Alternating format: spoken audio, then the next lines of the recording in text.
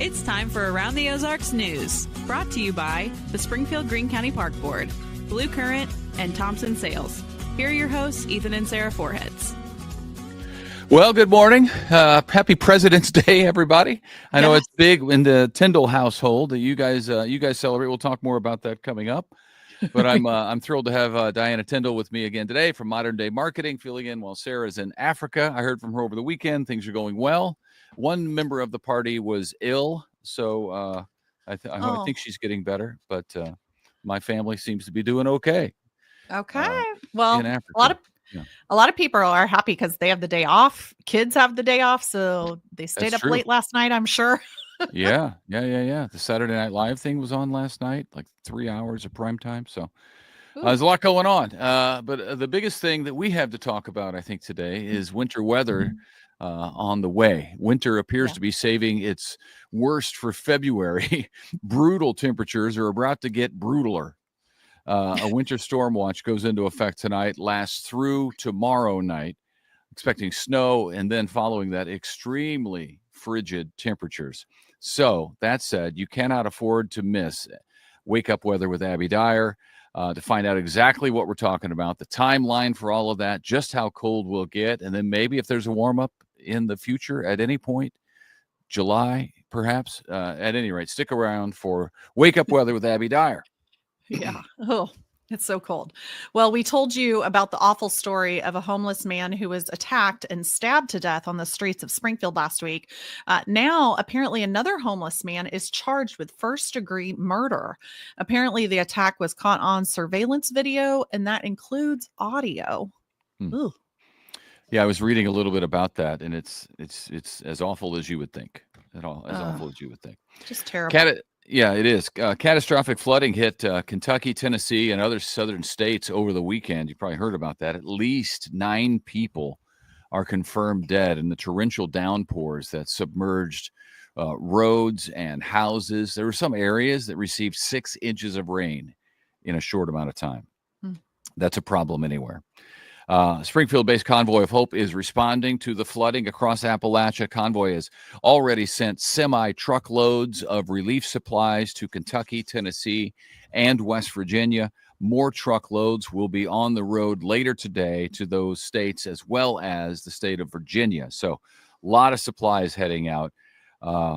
Convoy's disaster response team working extra quick on this one to get several more loads out the door and on the road before our expected winter weather arrives, because once that arrives, it could be problematic. So they're trying to get all of that supply out to last the people there for a while until we can get our roads under control and keep the trucks rolling at that point. Wow. Well, now on to this. Planned Parenthood is providing abortions again in Missouri after a judge blocked regulations that require certain testing and exams that judge called unnecessary. Planned Parenthood was anticipating that ruling and was prepared to offer, or was anticipating the ruling and was prepared to offer medication abortions to walk-ins immediately at its locations in St. Louis, Kansas City, and Columbia. The judge's ruling will likely be appealed by the state. Now, starting tomorrow, parents of Springfield Public Schools students can track their students' bus. We told you about this story a while back, but they can track their students' bus in real time. The app is called Where's the Bus, and it'll go live with information about all the buses in the Springfield district.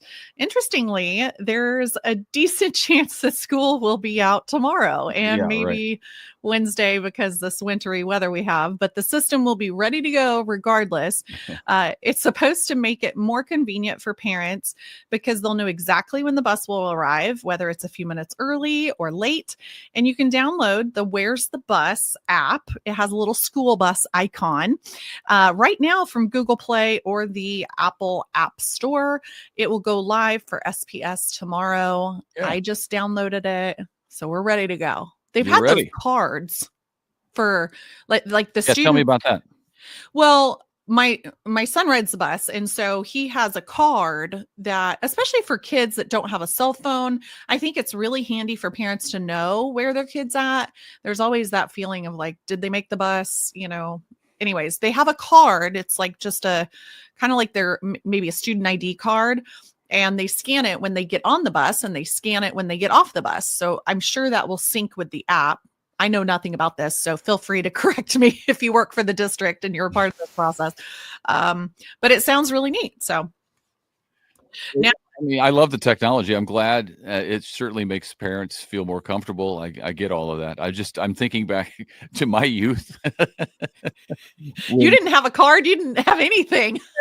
Well, no, there was nothing. My parents had no idea where I was. And sometimes looking back, I'm like, what was I doing? But sometimes if I rode the bus home, and I did throughout, I think elementary and junior high, I would go to a friend's house. I would get off on a different stop and go to a friend's house and eventually make it home or call or whatever from their house. But my Did the bus driver care? I mean, maybe they just don't care at all, but no, they didn't. I think they do, but well, it was a different day. I don't know what they do now. Different era. I would get off, and sometimes back in elementary, there would be two guys going to meet somewhere to fight after you get off the school bus. So like everybody would get off on that stop. I mean, oh my goodness, ready to watch the fight. But yeah, right. But my parents they didn't seem to be concerned. Wow. Well, it was a different time. I'll tell you that.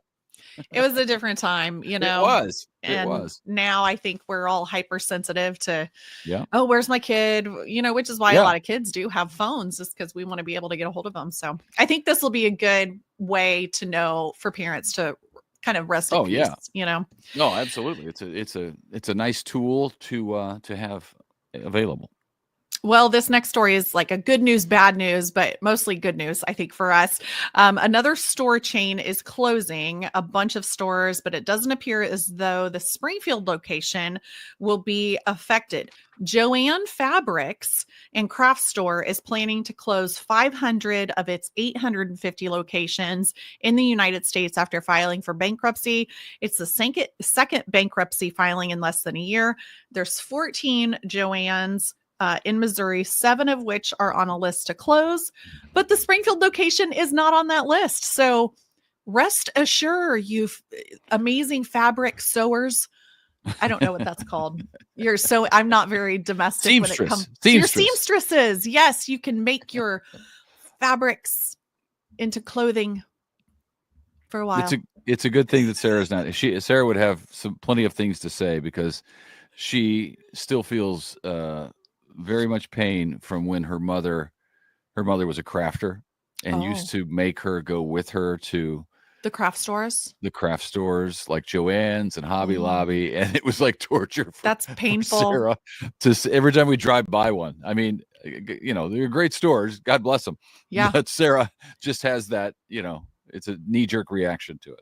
I've been in that store maybe twice, and I've lived in Springfield for more than 20 years. Joann's. Yeah, Joann's. And I think it was on a whim when I thought I'm going to make some curtains, and I didn't.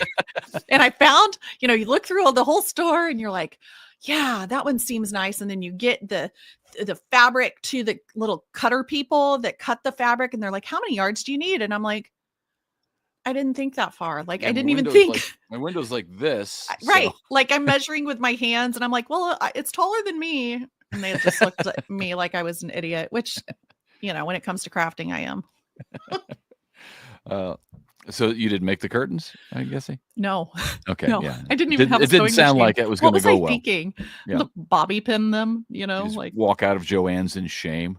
Never allowed to set foot back in there. Yeah. Yeah. Well, hey, in case you were wondering, there is big money to be made in college football, and Missouri State is planning on collecting some of it.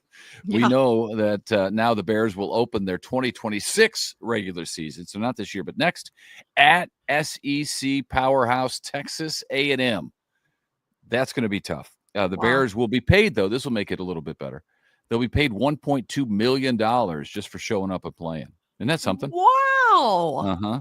They were going to play at Kansas State, but they preferred to play at A&M, probably a bigger payday. They will have to get out of that deal with K-State, they'll have to pay $50,000. So they're going to make that up, I think. It's not going to be a big deal. Yes. And this fall, of course, is the first for the Bears as an FBS and Conference USA member. So they will play at the University of Southern California, USC. And for that game this fall, they will pocket $1.1, I think, million. My word. There's so much money being thrown around in college athletics. I had no clue. Yeah. Wow. It's crazy. So now the Bears are getting paid. How about that? And that doesn't even matter if they win? No. They just got to show up? Just for showing up. In fact, it's the teams welcoming them would prepare that or would prefer that they didn't win. Well, they of just course. want a team to beat up on opening day or something like that. So we'll see. Maybe the Bears can shock the world. Go Bears. We'll see. As cold as it is here and will be all week, as we mentioned earlier, and Abby Dyer will fill you in on, warm thoughts of spring training can provide a little bit of hope. Unless you're a Cardinals fan, then it might be another very cold season. The Cardinals did not sign any free agents after missing the playoffs for the second year in a row. They did, however, lose one free agent, first baseman Paul Goldschmidt. They tried to unload third baseman Nolan Arenado, but could not trade him in the offseason. He has now showed up at spring training, which starts today for position players. He got there yesterday or the day before, and it's a little awkward when you spend the entire offseason trying to get rid of somebody and you can't do it, and you're like, oh, hey, look at you. Welcome back. It's good to see you again. Let's take some BP. So anyway, that's going to happen today whenever he takes the field. They're still trying to get rid of him. It's a mess. Have you ever been down to spring training? I have. Before? It's so neat. We went for the first time a couple years ago, and that was so neat. Yep. Quite a small ball field too, where they do that in Jupiter, Florida, I believe. Jupiter, Florida. Yeah, it's probably really neat. Yeah. Maybe smaller than Hammond's. It is. It felt smaller than Hammond's. Yeah, I think it is. Easy to catch baseballs, easy to talk to players. I mean, it's like very relaxed. I mean, the sun is shining. There's palm trees. I would recommend it to anybody, especially this week. In this season that we have going on. Well, onto this, a new Thai restaurant. If you like Thai food, it's now open in Springfield. Hot Bowl is now open on Sunshine at National, and it's from the same people who brought us the very popular Everyday Thai restaurant that's on Battlefield near Campbell. It's delicious. I've been there several times. So this will be a hot new place to try. Yeah, good for them. It's people love that Thai food, don't they? I love Thai food. Yeah, it's good. I enjoy it as well. Okay, finally from us, this week offers another midweek matinee at the Gilloys, unless weather cancels it. So stay tuned because that could be happening. It's supposed to be Wednesday at 2. The 1964 movie The Pink Panther will play at the Gilloys. Ticket and concession voucher combo is available and includes a ticket to the film, a snack, and a non-alcoholic beverage. So that's a pretty good deal. Seniors 60 years old and older, closer every day, get a free combo ticket with proof of ID. You show your ID, they say, God bless you, Mr. or Mrs. whatever. Here's your free stuff because you've earned it. Yes. So I love that. I love that about the Gilloys offering that. That is awesome. I was thinking of that. Yeah, Pink Panther. Whole Pink Panther song. Wow. Yep. I hadn't thought about that in a while. When we were kids, it was a cartoon. Yeah. I remember watching that a lot. I don't think I ever watched it. I watched it, but now I'm trying to remember what it was about. Obviously Pink Panther, but he didn't speak though, right? I know, but there was a guy, the bad guy was in like a mask. I don't know. Now I'm just were Rocky and Bullwinkle involved, or is that? No, that's different. Oh, I'm confusing this. Okay. I think it's different. Now I feel confused. It is different. I'm just messing with you. I never did see the Pink Panther cartoon. Didn't seem as fun as Bugs Bunny, to be honest. Well, happy President's Day, folks. Happy President's Day to you. How does your family actually celebrate? You love presidential history, right? Yes. It's mostly my husband. He loves presidential history. More from the Lincoln, Reagan, days, Kennedy, he likes a lot of that presidential history. And so that's really fun. And so we started something when the kids were really little. It's kind of like a second Christmas where wow. we tell them, and now they are old enough to know it's not really the Secret Service, but the Secret Service bring them gifts for President's Day. Okay. And so, today it's, I'm not supposed to tell the presidents, but one of the kids wants some socks and the other one wants a black hoodie. So, Okay. I mean, we're not talking about getting an amazing gift. It's just stuff hoodie. they could use. And the Secret Service brings it to them. So awesome. if you want to duplicate this for your family, feel free to steal it. It's kind of a fun thing, especially in these like gloomy, wintry, cold days. Yeah. So you kind of itch for something happy to look at and look forward to. Something for the kids to look forward to. That's right. That's cool. Yeah. All right. Yeah. All right. Well, have a fantastic with your family celebrating President's Day. And we hope you have a great day as well. Stay tuned to Abby Dyer's Wake Up Weather. We'll, of course, be with you tomorrow morning. And then we'll see what happens with the weather, right? Right. Yeah. We'll see what happens. Have a great day. And we will see you